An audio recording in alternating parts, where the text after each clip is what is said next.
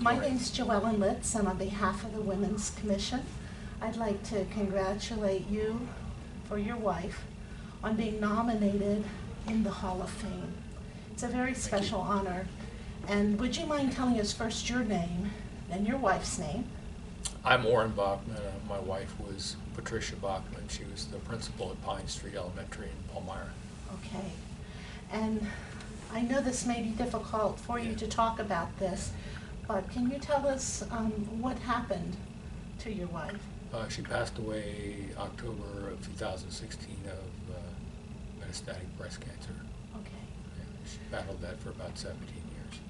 Well, my condolences, and you know, may everyone have compassion and understanding in your circumstances. It's certainly not something any of us would want for any of our loved ones, but it must have been a hard time for you. Tough road, yeah.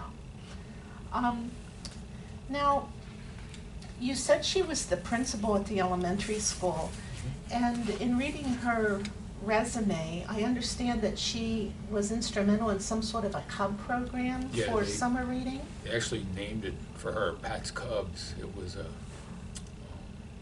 summer reading program that she was instrumental in starting.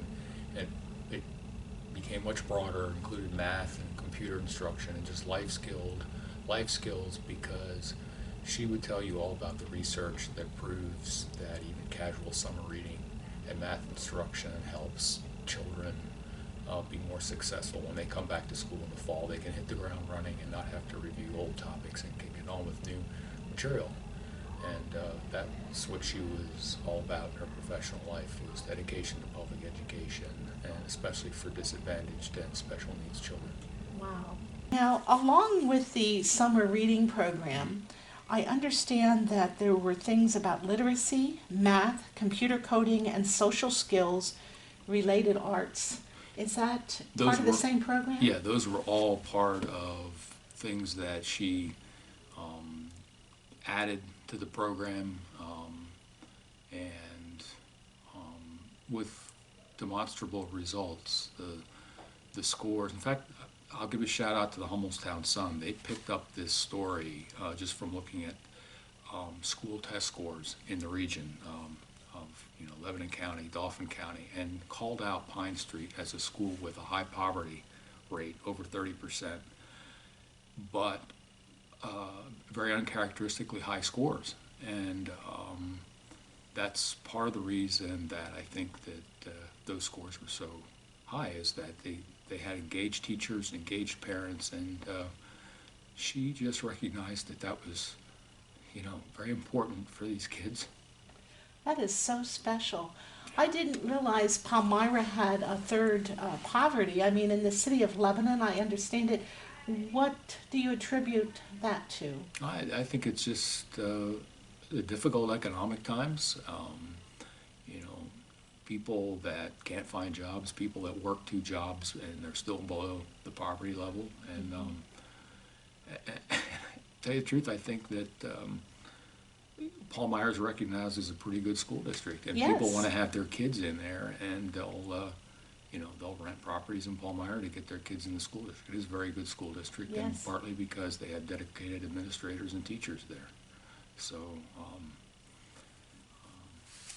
I'm very happy that she's been recognized for this. My only regret, she's not here to receive it. I'm sure she's watching down from up above. Mm-hmm. Now, is a wellness committee something that's separate? It is something that's separate. That's within the whole district, as far as I know. I don't know that much about that, but I know that I can tell you my wife would be up at 5 o'clock every morning and go to the gym. Despite working late into the night, she would go to the gym every morning. Wellness was just something that she was very much personally dedicated to, and people knew that around the school, so I think she sort of got volunteered to be the representative for that, which she, very positively accepted that responsibility. Right. I have here that she actually chaired the wellness committee in the Palmyra Area School District, and that she believed in eating well, exercising regularly, which you said. She also swapped healthy recipes and participated in community health activities. Yeah, she was a real good cook. I missed that a lot. She was had a lot of our family recipes, both from her Italian heritage and from my Pennsylvania Dutch heritage. She could cook them all, and made a lot of jokes about Pennsylvania Dutch food and how everything had hard-boiled egg in it. And I said, yeah, that's pretty much true. But also, I think within the community, she was just very much in tune with, hey, you know, these kids show up, they don't have anything to eat, they don't know what some of this food is we're serving them. They really need to be educated as to a healthy diet, because they don't always get that at home, and they don't get the education at home either. So she recognized that as a part of, you know, building a good student. That's neat. Then one thing that really caught my eye, and I'm thinking, oh my gosh, she really was on top of things. It says here that she was part of the Palmyra Area Safety Committee, and she was trained in protocol for active school shooters and assisted in the coordination of safer schools in the district. With everything that's going on in the news, what do you remember about that? Probably one of her colleagues or her special friend and boss at the school, Ann Hoover, could tell you more about that. I don't know that much about it. I do know that they went through exercises to do that, and she was very questioning about the effectiveness of some of that, and it is a serious matter today with, I mean, especially as a special ed teacher, she gets to see and realize some of the baggage that kids bring from their bad home lives that they bring to the school, and you know, sometimes it erupts in bad ways. So Yeah. she wanted to be fully involved in the students' life and making them, you know, giving them the best foundation that they could have for success in the world. So she was more about prevention of having something like this happen than actually addressing it when it happened, even though that's what she had to do if she You did. pray every day that it never happens, but just be prepared Right, for when it does, or if it does. right. At the county, we do active shooter education for our employees, and just if somebody enters your room and is out of control, perhaps has a gun, pick up anything, your wallet, anything, and throw it at them and distract them so that people can get out and Yeah. that sort of thing.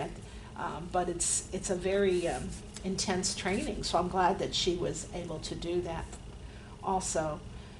Now, you mentioned her special students, and her resume says that she had a vision of excellence, and it ensured every child received a quality education. Mhm. Yeah. How special is that? Well, I can tell you that she took time off to raise our children. We have three, What are their names? Peter, Sarah, and Jacob.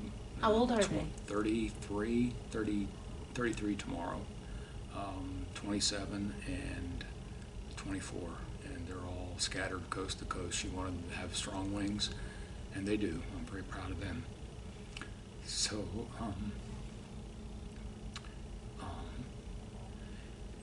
she went right back into teaching as soon as the kids were, you know, off to school.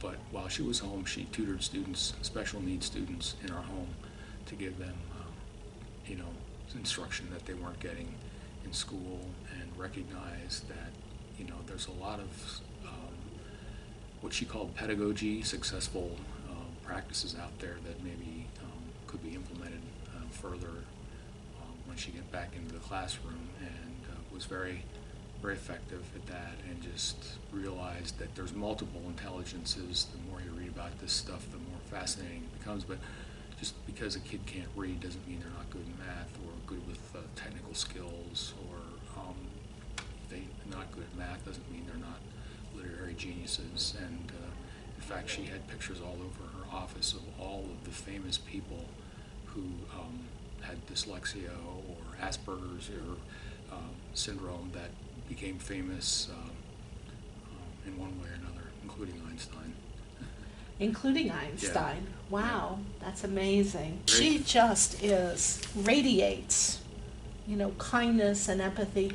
And right before I came here, I watched a video on Mr. Rogers. And she looks like the female, like Yep. Mrs. Rogers, so to speak. Yeah. I know it's not Rogers, but She could show tough love too. Oh, believe me, really? When she had to. Oh yeah, yeah, for sure. how old were her students? Well, elementary level.